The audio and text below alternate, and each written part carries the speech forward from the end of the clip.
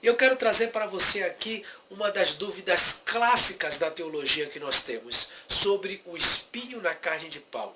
Muitos teólogos, pastores e líderes têm encontrado muitos problemas ao se defrontarem com a questão do espinho na carne de Paulo. Afinal de contas, que espinho era esse? Existem respostas bíblicas para isso? Existem provas bíblicas de que esse espinho na carne de Paulo, por exemplo, poderia ser algo na carne dele?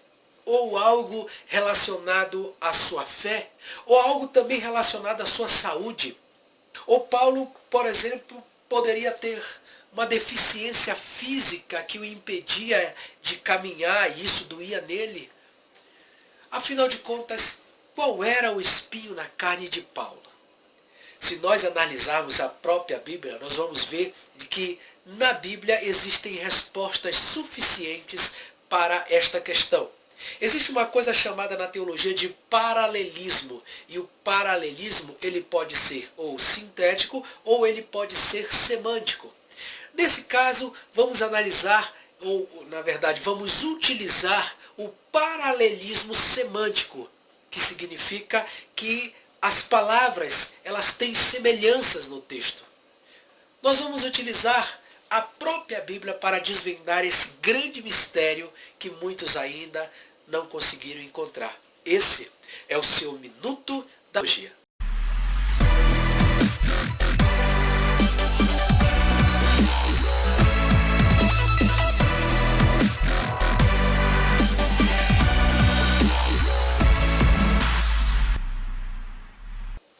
Estamos analisando um dos versículos mais complexos da Bíblia. Em se tratando de assuntos teológicos, a pergunta clássica que todo aluno faz e que você já fez um dia. Afinal de contas, qual era o espinho na carne de Paulo? Em 2 Coríntios capítulo 12, em 2 Coríntios capítulo 12, verso de número 7, a Bíblia diz assim: "E para que não me exaltasse pelas excelências das revelações, foi-me dado um espinho na carne, a saber, um mensageiro de Satanás para me esbofetear, a fim de não me exaltar. Acerca da qual 3 vezes pedi ao Senhor para que se tirasse de mim. E disse-me, a minha graça te basta." Veja que o versículo fala sobre algo que Paulo sentia. Ele diz que para que ele não se exaltasse pelas excelências das revelações, foi-lhe dado um espinho na carne. Para analisarmos sobre o espinho que Paulo está dizendo aqui, nós vamos utilizar a própria Bíblia para tentar achar textos semelhantes àquilo que Paulo estava dizendo sobre o espinho. Números 33:5 vai nos falar algo também sobre espinho. Preste atenção no que diz o texto. "Mas se não lançardes fora os moradores da terra de diante de vós, então os que deixardes ficar, deles vos serão por espinhos os vossos olhos, e por arguilhão nas vossas costas, e apertar-vos-ão na terra em que habitardes." Veja que no texto aparece a palavra espinho, e que está quase que ligada com aquilo que Paulo estava dizendo lá. Deus estava dizendo a Moisés, aqui neste caso, que ele deveria expulsar da terra prometida os invasores que estavam nela. Deus disse que era para tirar, porque se ele não lançasse fora aqueles moradores, eles seriam como espinhos aos olhos do povo de Israel. Não contente ainda, deixa eu te mostrar um outro versículo que também vai falar sobre esse espinho. Josué 23:13. "Sabeis certamente que o Senhor vosso Deus não continuará mais a expedir estas nações de diante de vós, mas vos serão por laço e rede e açoite às vossas costas e espinho aos vossos olhos." Olha que interessante. Novamente a palavra espinho sendo utilizada aqui. Agora, a concretização daquilo que Deus havia falado para Moisés. Eles não tiraram os eles não tiraram todos os povos da terra prometida. Você conhece a história muito bem dos gibeonitas, que era um povo que enganou Josué, era um povo numeroso, havia enganado Josué, e Josué fez um trato com os mensageiros de Gibeão, que ele não tiraria aquele povo daquela terra, ele não mataria eles, porque imaginava Josué ser um povo pequeno. Mas quando Josué se deparou com aquele povo, os gibeonitas, viu que aquele povo era muito grande. E pelo trato que ele havia feito em não expulsar aquele povo da terra, Josué teve que cumprir a sua palavra. E cumprindo a sua palavra, se cumpriu aquilo que Deus havia dito a Moisés lá em Números 33:5. Ele havia dito que se ele não expulsasse, ele seria espinho aos olhos do povo de Israel. E assim se cumpriu.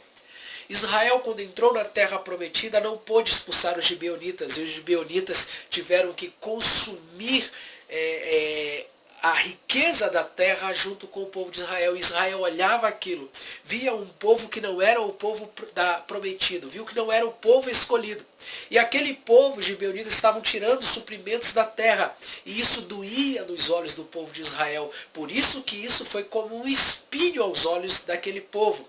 Porque eles viam e não podiam fazer nada devido ao acordo ou à palavra que Josué havia dado a eles.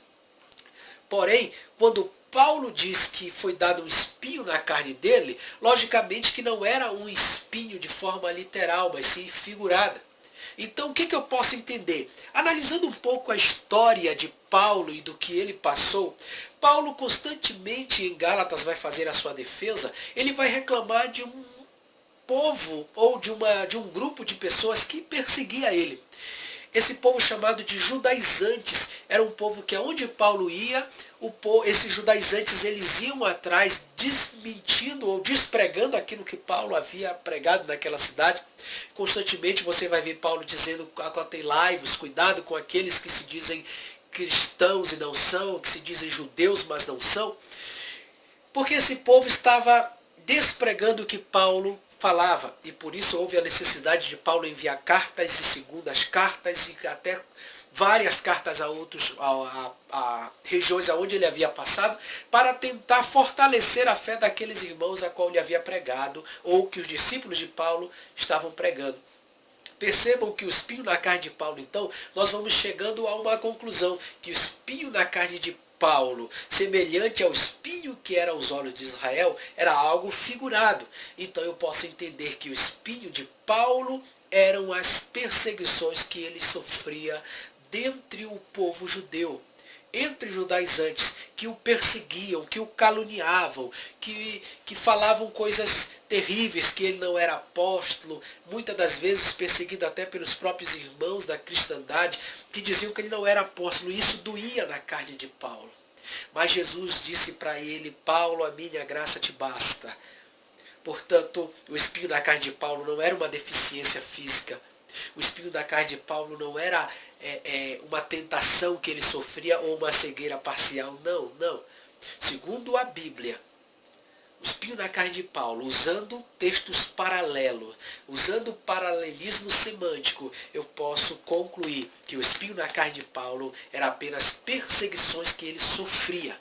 E isso doía como dói em mim, como dói em você, como dói em todo aquele que é perseguido por pessoas das vezes que professam a mesma fé que a nossa.